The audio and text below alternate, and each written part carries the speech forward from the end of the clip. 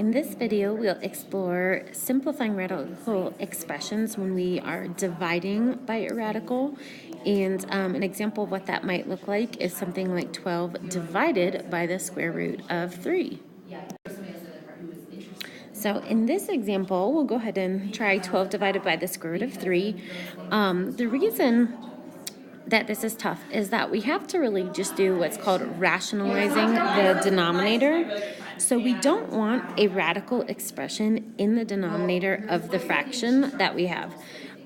So the first thing you're going to do is take 12 divided by the square root of 3, and we're going to multiply this by the number 1, but it's not going to look like the number 1. We're multiplying it by root 3 over root 3. Remember, anything divided by itself is just 1, and that's what allows us to do this, the identity property of multiplication. So when we multiply this, the numerator is easy. We just write that as 12 times the square root of 3, or 12 root 3.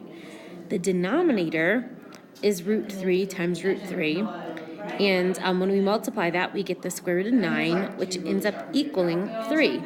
So we get 12 root 3 over 3. We're going to try a few more examples, and I think you're going to notice a pattern.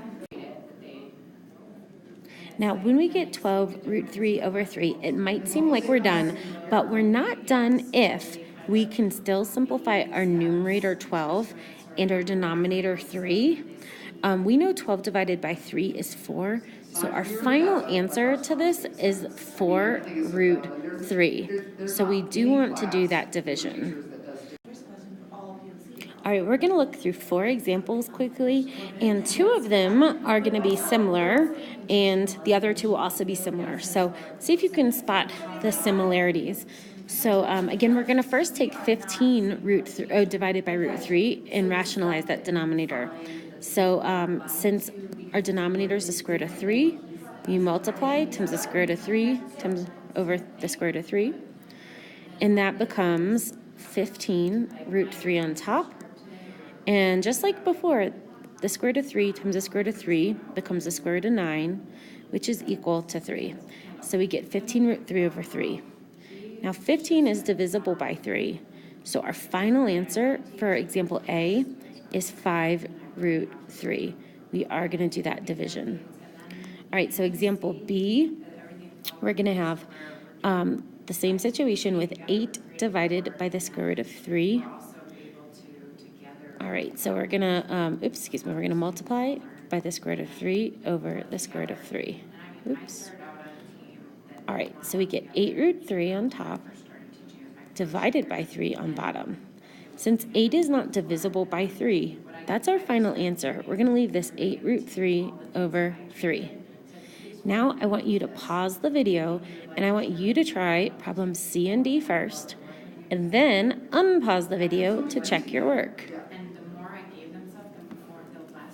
All right, hopefully you paused the video. Let's go ahead and check letter C, or example C. Just like we did the top 2 examples, we will multiply by the radical that we see in our denominator. And I end up getting 21 root 3 over 3. And because 21 is divisible by 3, I finally write my answer as 7 root 3. I do that division. Last but not least, number 17, letter D, 17 is part of the problem. We're going to multiply by the square root of 3 over the square root of 3. Exact same pattern. Hopefully by now you can do these in your sleep. You're going to get 17 root 3 on top over 3. And because 17 is not divisible by 3, that is our final answer, 17 root 3 over 3.